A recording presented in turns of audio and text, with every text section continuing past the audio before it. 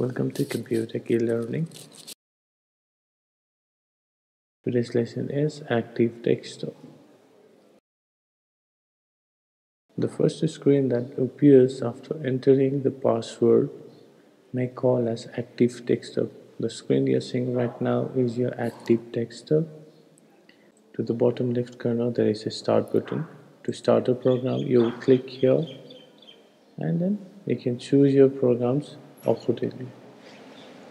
This is your shutdown menu. There are different options. Basically, to do any job or to start any work or application, we will be clicking that start button and then we choose. For example, we are opening a notepad. To do this, go to start, all programs. There you will see different folders. Let's go to accessories. There is your notepad. Likewise, you will open up the other application. This button you see is a minimize button. Click here, this will minimize to the system. This is your taskbar. Click here again, that will maximize it. This is your maximize button. Click here to make it a full screen. Click here again to make it to restore, and this cross button is to close. Okay, so this is your outline. If you right click here and get some pop-up menus to refresh view, to the bottom right corner you see today's date and time.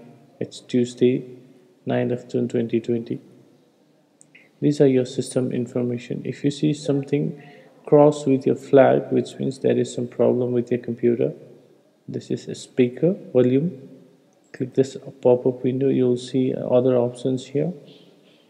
This bar from here till here, this bar is called taskbar, or we can call it start bar. You can see there is a my computer, network, recycle bin, control panel. These are called icons. Icons are the shortcut of pre-installed softwares. And you can see here like assigned, browser, letterheads, something like this.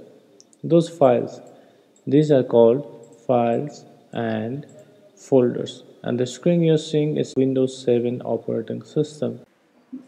The next subtopic is icons. Icons are the shortcut of pre-installed or installed softwares which are created automatically. Now next is folders. Folders are used to store data information which are created by users itself. The next topic is the input devices.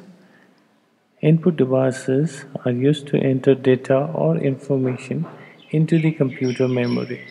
Example, keyboards and mouse, scanner, microphone, digital camera. Come to the next, it's output devices. Output devices are used to give or display output result to the outside users.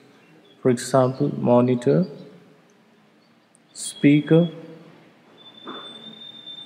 printer, etc. That's much for today. We are coming back with a new lesson tomorrow. Bye bye.